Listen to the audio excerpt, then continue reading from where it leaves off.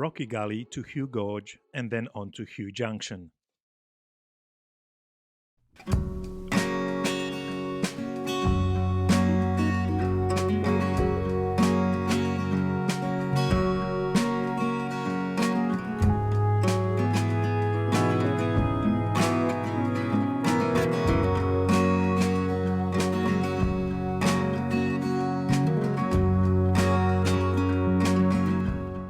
A big chunk of today's section led us through a gorge, which was as spectacular as it was tough.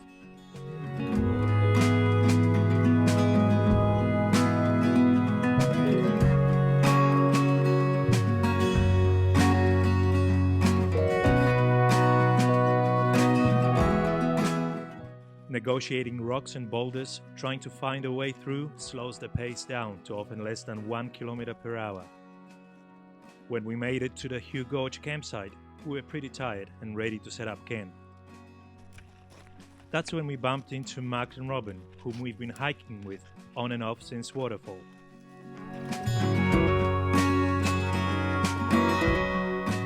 They talked us into going past Hugh Gorge camp and do the water crossing tonight to knock off a bit from tomorrow's big date.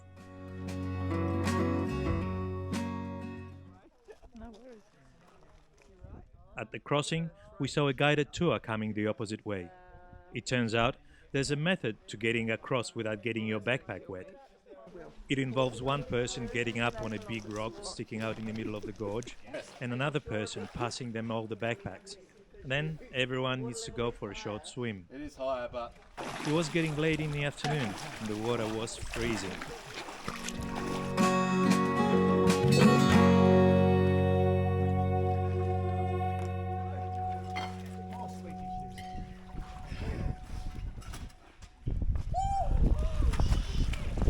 Right, go around, feel for the ledge, knee on it, grab the ledge, knee on it, and come up. That's it. It's just slippery. That's it, that's all there is. It's like 30 seconds.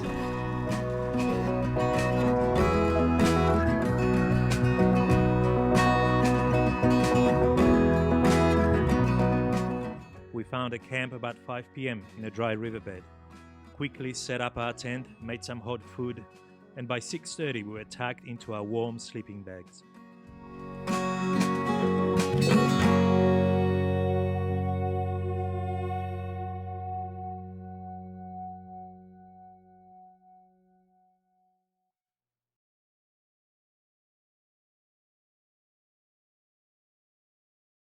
Hugh Junction to Section 45 Junction and Birthday Waterhole.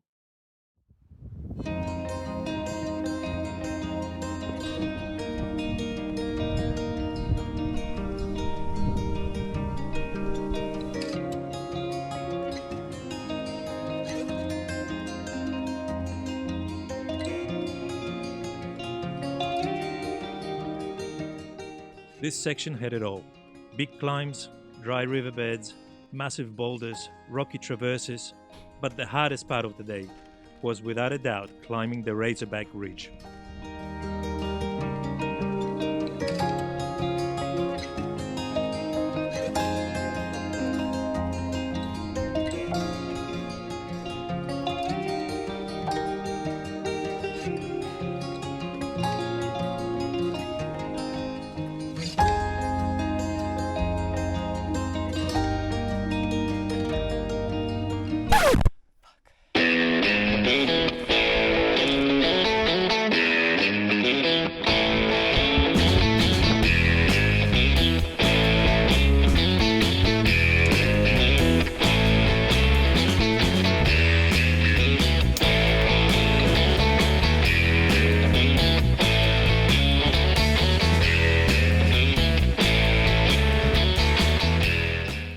After coming down from Razorback, we had to negotiate our way through the Spencer Gorge, which, luckily, was our last obstacle before camp.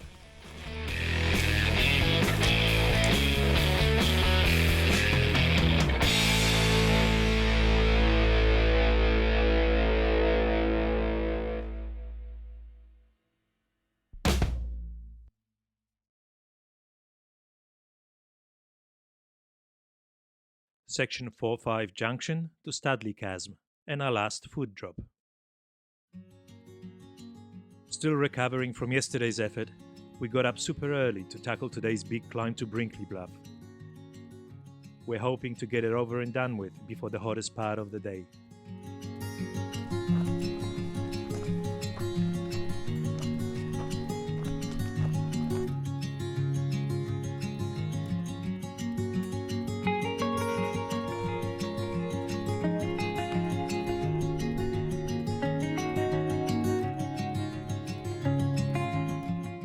Once again, we walked through a section where somber reminders of recent bushfires were visible everywhere.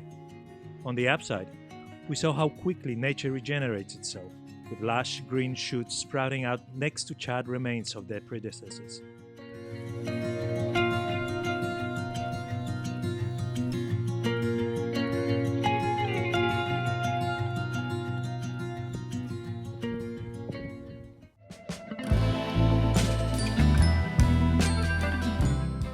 Nice gradual switchbacks made the first part of the climb quite enjoyable, even if the path was fairly narrow and in places quite close to the edge.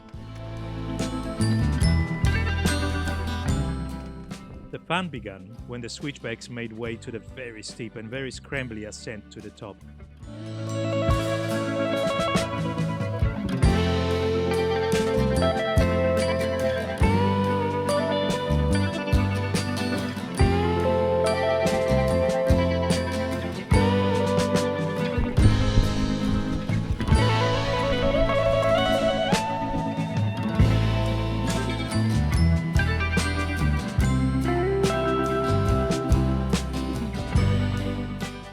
Brinkley Bluff did not disappoint, with breathtaking 360-degree views.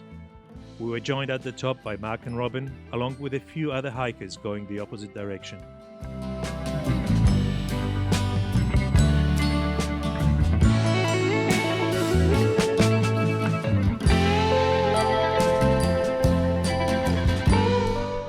The ridge section from Brinkley Bluff has to be the longest and the most scenic one on the trail. The panoramic views are simply amazing.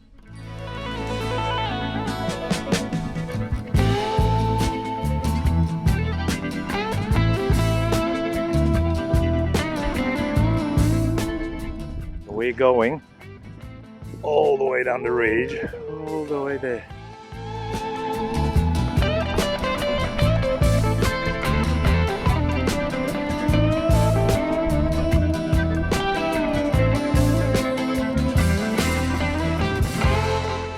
It took us 2.5 hours to complete it, before descending down all the way into yet another gorge, and then, after a few kilometers of dry creek walking, we emerged at Standley Chasm, just in time for burgers and coffee.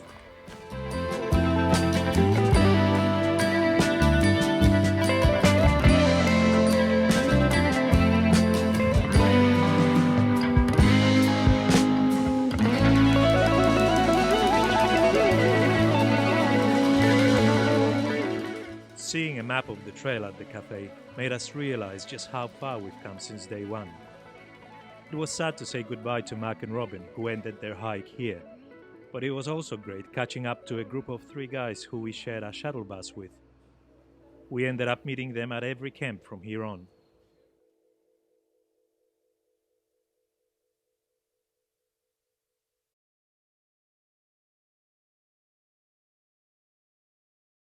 Standley Chasm to Jay Creek.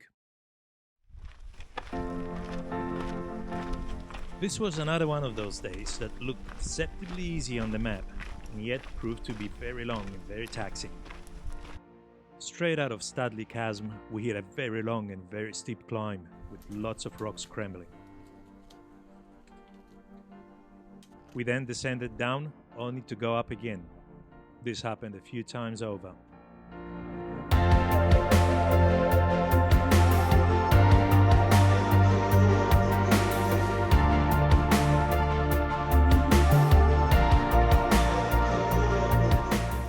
We then followed a steep riverbed full of boulders and stones and rocks and dead trees. So we just had to climb down this thing, which was a bit hairy. Oh shit, this But is the way up? No, the arrows point this way, look. No, the arrows point this way. By the time we got to J Creek, we were exhausted, but glad that the hardest part of the trail was done and dusted.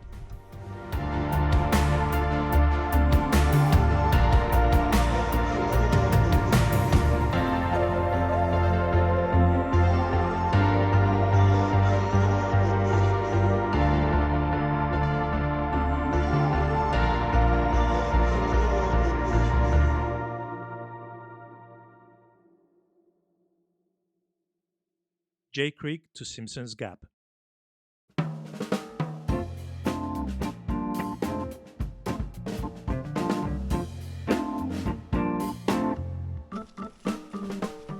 Knowing we've got a big distance to cover, we set out bright and early at 6:30 a.m.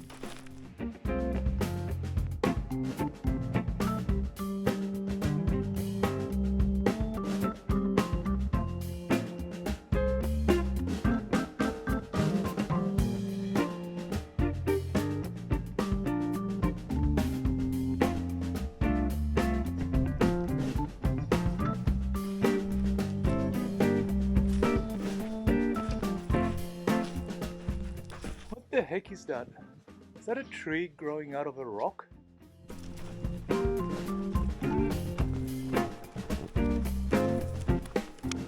For a change, today's path was fairly easy and nice to walk on. We continued to follow the land up and down the whole way.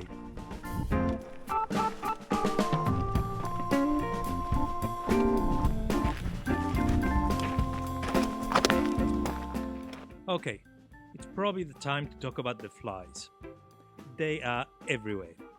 Not so much at the high altitudes, but the lower you are and the hotter it gets, the more flies you're gonna get on you. Our last minute purchase, the fly nets, got put to use pretty much straight away and hardly ever came off.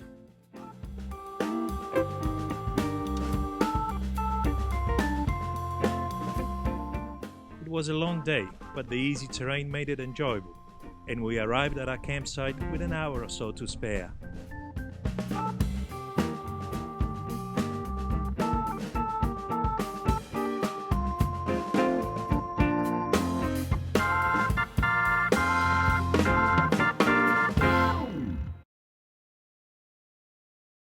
Simpsons Gap to Wallaby Gap.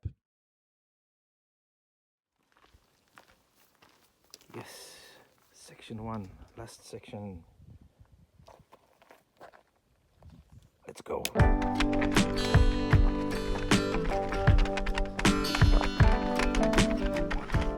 Our day started with a climb. Nothing too high or too steep, but we did struggle a bit. I guess the cumulative effects of 12 days of continuous hiking were starting to manifest themselves.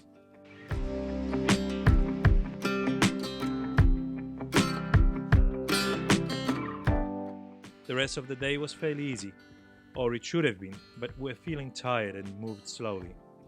Fortunately, we didn't have to cover a huge amount of distance, and we got to Wallaby Gap by about 1 p.m.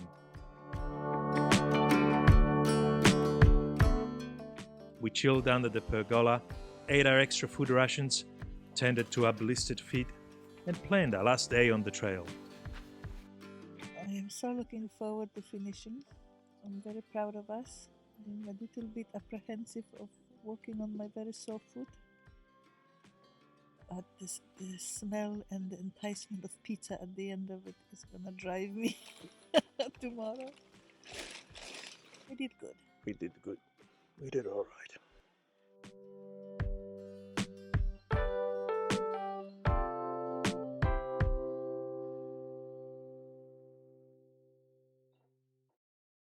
The last day, Wallaby Gap to Alice Springs Telegraph Station. Wow. This was our earliest start yet. We got up at 4:30 a.m., packed up and headed up to Euro Ridge to watch the sunrise over Alice. After about an hour worth of climbing, we saw Alice Springs lights in the distance. We stopped and watched the sunrise. It was definitely worth getting up early for.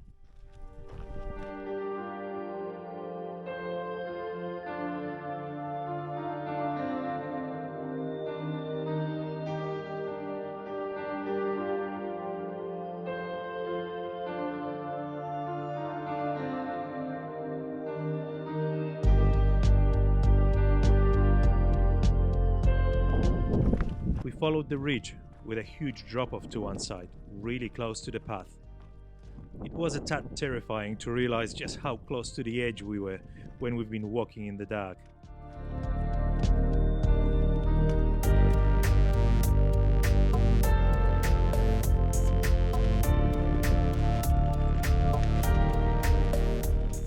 We had a lot of people saying that this stage is boring, and in fact, a lot of people seem to skip it altogether. We enjoyed every minute of it. Seeing the sun fill the Alice Valley in its warm light and the views from the ridge are some of our fondest memories from the trail.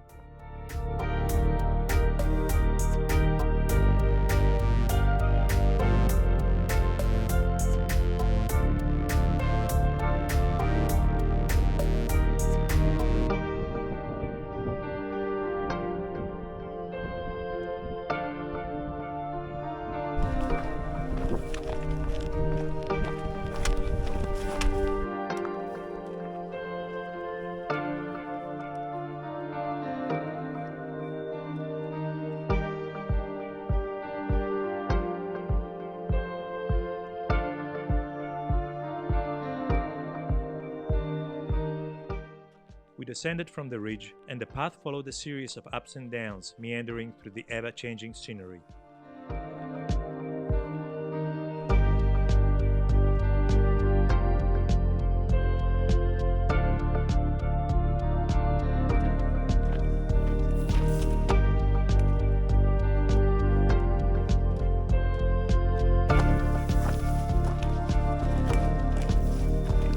Okay, let's pause here for a second. A word of caution here. The hike ain't over until it's over. About 6 kilometers out of Telegraph Station, Jo lost her balance, tripped and fell, with the weight of her bag driving her down. Luckily, she put her arms out and avoided a face plant, but her arm and her knee ended up cut and badly bruised. We tended to the wounds best we could and proceeded towards the finish line, with a lot more caution. Okay, back to the trail. The scenery changed and started to show signs of human activity. We crossed railway tracks, walked under a highway, and finally started counting down the kilometers left to the telegraph station.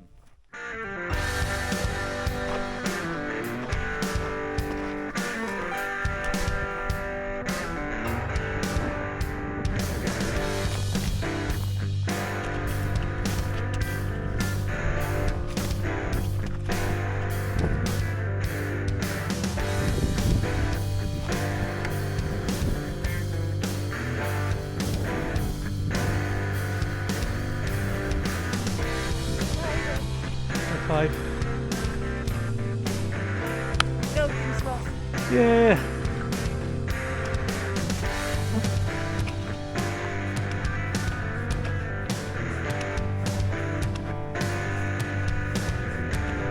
Hope that's it.